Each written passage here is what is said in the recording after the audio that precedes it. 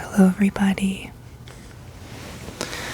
Welcome back to my channel, auntieqasmr.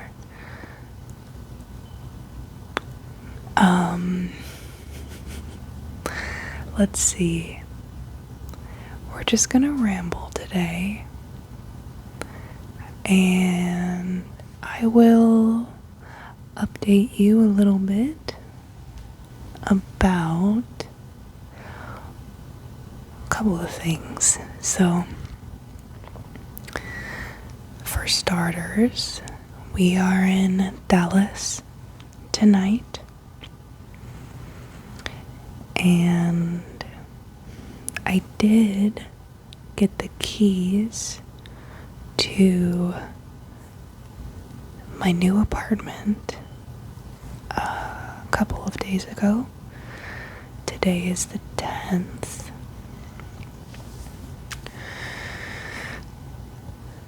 I got the keys to my new apartment on the 7th. I went over and just kind of did a little bit of cleaning and lingering. I was trying to get a sense for how quiet the location is and how quiet the building is, and I wasn't there for that long. I actually have not packed for my move yet because this was not a planned move. It was more of like an emergency situation of just needing to get out of my current place on short notice. So I didn't have anything prepared to move with me on the day that I got the keys. So I just lingered there for a little while, and it seemed quiet. I didn't hear any sirens. I can't hear a bunch of traffic. I can't hear a bunch of people on the street. There is a railroad track nearby, but I spoke with the caretakers of the building who told me that it does come through at regular intervals, so I will easily be able to work around it. And then while I was at my new apartment, I was sweeping the balcony, and when I was done sweeping the balcony, I could not get the sliding door shut again. And I pulled on it, and I pulled on it, and I pulled on it until I broke the handle for the sliding glass door. So I had the keys for like maybe a half an hour, and I already had to submit a maintenance request. It does point in a positive direction. The maintenance person was there right away. The door was like a little bit off track, so she got it back on track. She replaced the handle, and I also found in my living room there is a light switch. Except it doesn't turn on any lights. And I was like, what is this for? And she instructed me that there's one outlet that it turns on. I don't know why one outlet has a switch, because none of the others do, but whatever. It looks like it's going to be a very quiet and nice place that I am getting excited to move into. I'm on Facebook Marketplace. My current living room is like an odd kind of L shape. Not very long or wide. So I just have like a tiny little 2-seater that you can't even lie down on. I never spend time in my living room anyway. It was like the cat's couch, but the living room in this apartment is quite large. I measured it because I was trying to look at couches. It's like 12 and a half feet by 21 foot something. Because I don't want to get like a large sectional. I don't want to have space and then proceed to just fill it like to the brim. I really like keeping my space open. Makes it feel less cluttered.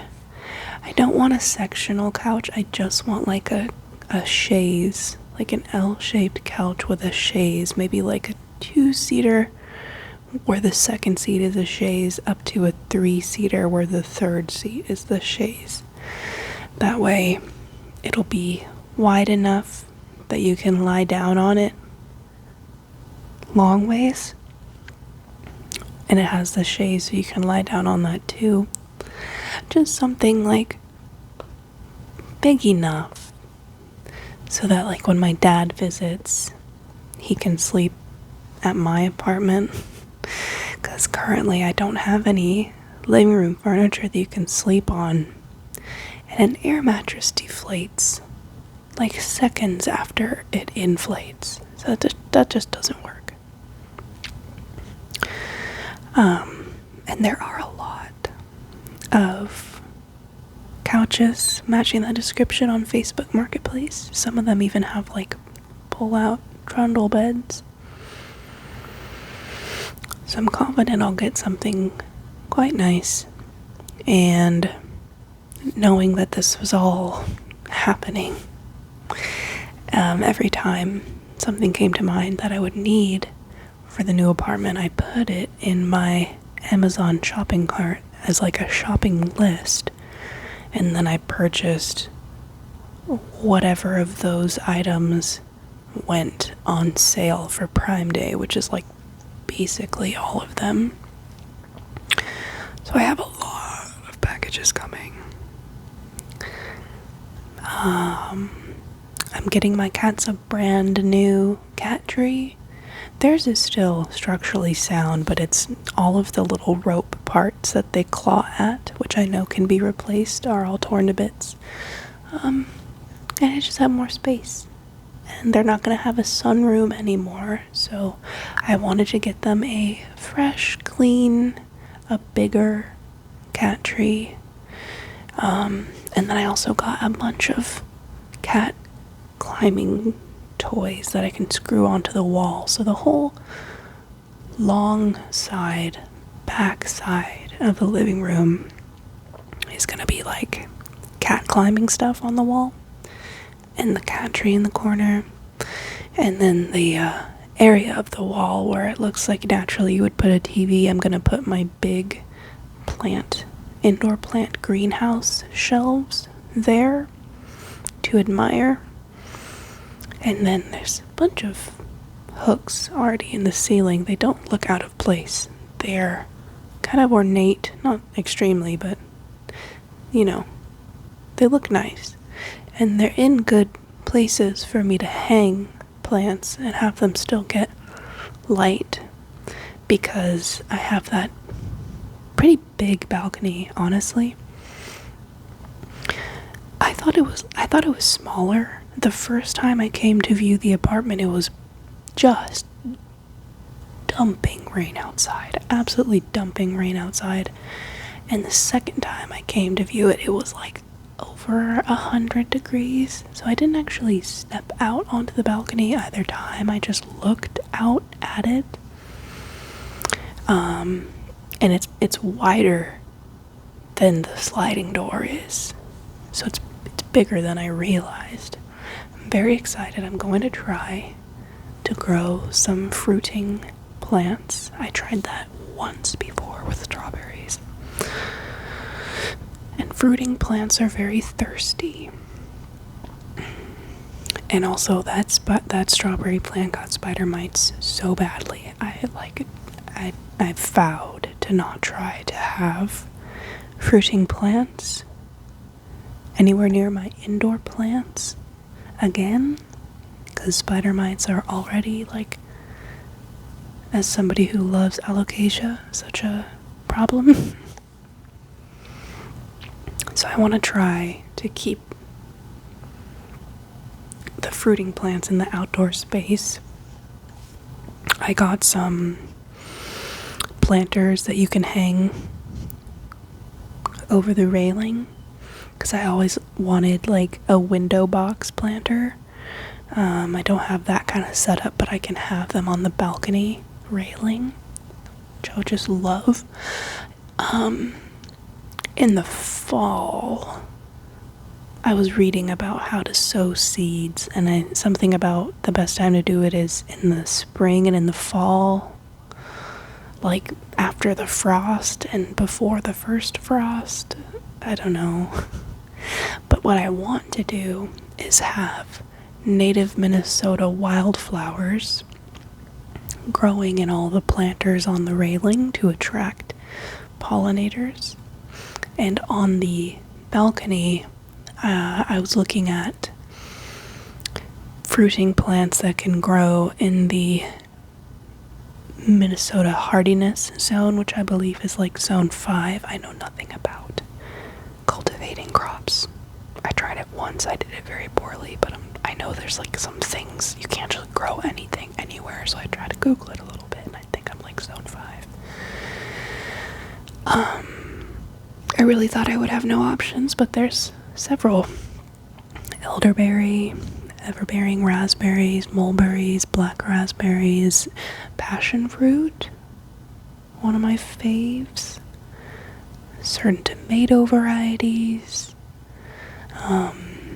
So yeah, there's options. I'm going to dip my toe and try my best.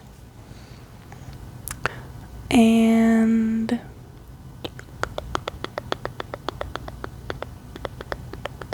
yeah, I think it would be nice to have pollinators, but I missed the window for sowing the seeds right at this moment, so I think in the meantime, I'll try to go grow some herbs in the balcony.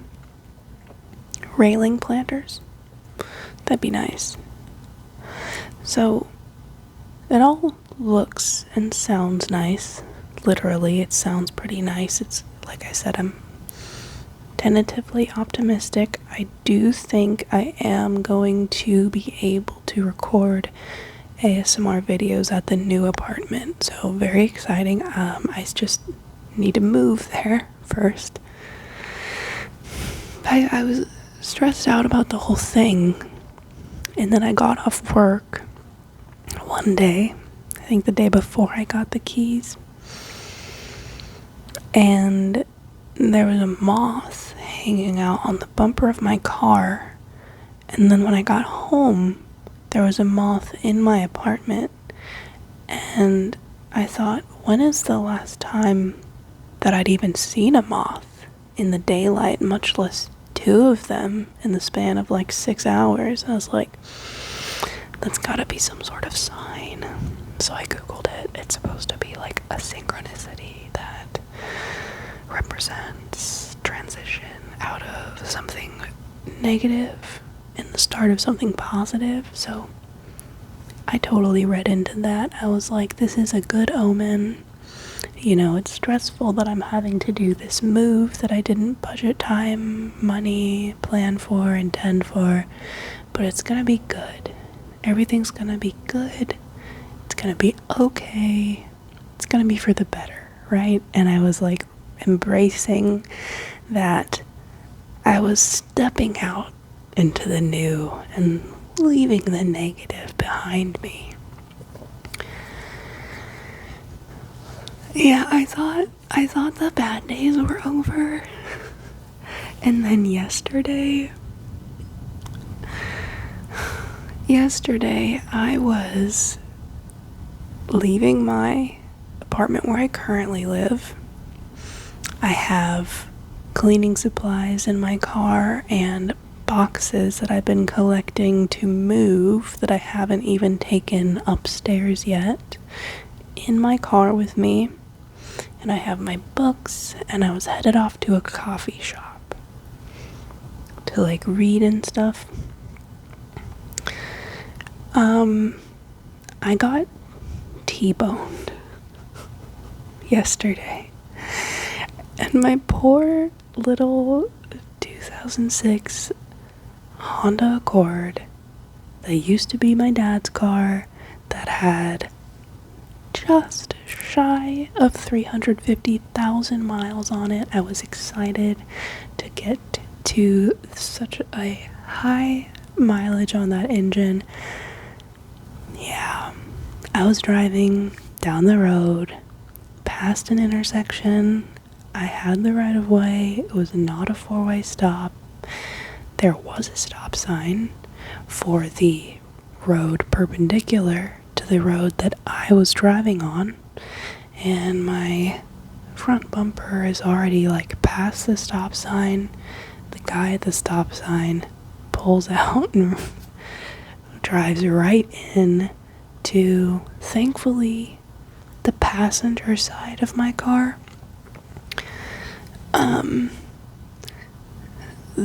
So I didn't like get hit. I got like tossed a little bit, but I'm fine. But if somebody were in the passenger side, they would probably be sore, because you can't open the passenger side of my vehicle anymore. It's crunched.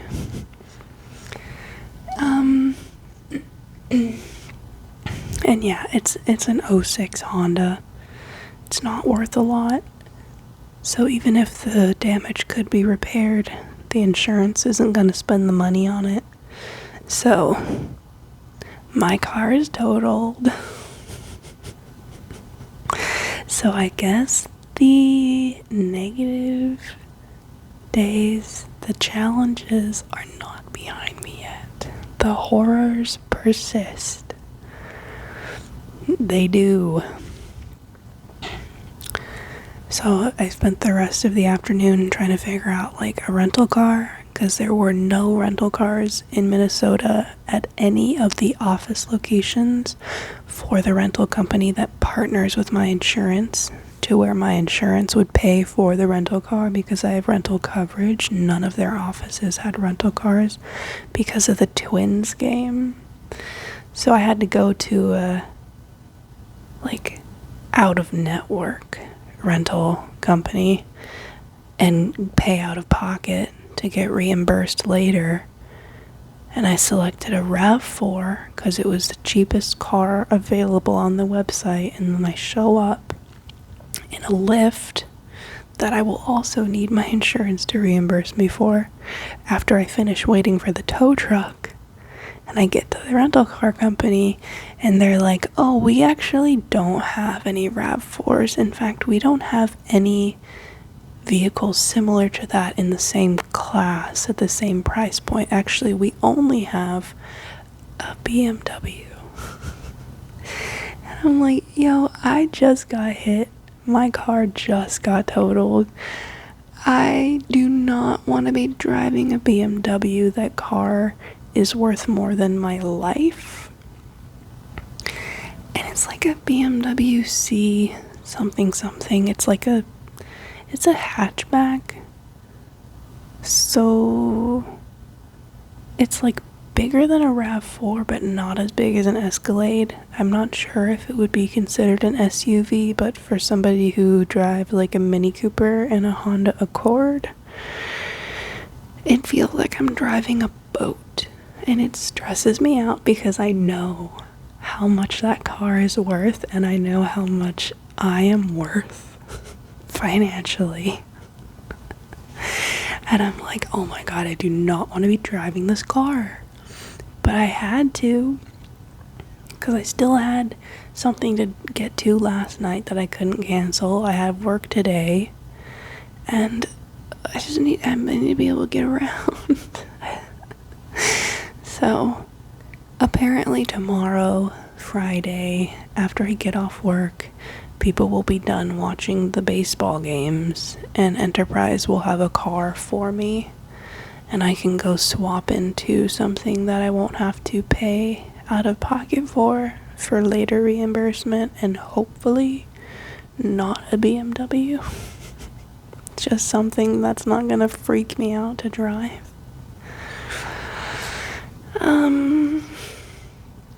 So I hope that I get, I looked at Kelly Blue Book for a '06 Honda Accord in fair condition, because the exterior of the paint is really damaged because it was not kept in a garage in California, so the sun just ate all the paint. And then 2 years ago in August in Minnesota, we had this insane hailstorm with baseball sized hail balls, and my car, the windshield is still cracked. I never got it fixed. I just pocketed the money from my insurance company and never fixed it. Don't tell them that. I seriously always intended to fix it. I was gonna do it. But the outside, the hood, the roof, it's all dented because just massive baseball-sized rocks of hail showered down on it 2 years ago. So, it's in not good condition. So I think I'll be lucky if I even get $1,500 from the other party's insurance, because last night I had a friend of mine who's an adjuster hold my hand and help me through the process. So I have filed with the at-fault party's insurance company, and God knows how long that's going to take for them to resolve with my insurer. But not great. Not great. Not great. I don't know what I'm gonna do. I really don't. I was crashing out yesterday. I just couldn't believe it. But I'm trying to think positive. My mom said that maybe it didn't happen to you, maybe it happened for you, maybe my little '06 Honda with almost 350,000 miles on it was about to break down, and so the universe sent somebody to run into me with their vehicle. That way I would at least get $1,000 from my insurance company, versus if it just broke down, not as a result of an insured claim, and then I would have no money. And wouldn't that suck just a little bit more? I liked that. I thought that was helpful. I was pretty stressed out yesterday. It's almost comical though. It's fine. Everything's fine. I'm definitely not going to look at moths the same anymore. But the new place seems fine. And somewhere in the middle of figuring out what car I'm going to be driving tomorrow for up until the foreseeable future, I hope they give me a hatchback or a RAV4, because then it would at least be useful for me during my move. Maybe I wouldn't have to pay for a U-Haul. I could just take multiple trips. Well, I still need a U-Haul because I got the bed. But I don't know. As soon as I get moved into my new apartment, I cannot wait to make a little test video, and you guys can let me know how it sounds. And my phone is almost out of storage. I need to delete some stuff, so I'm gonna end this video here. And I'll talk to you soon. Thanks for watching. Sweet dreams.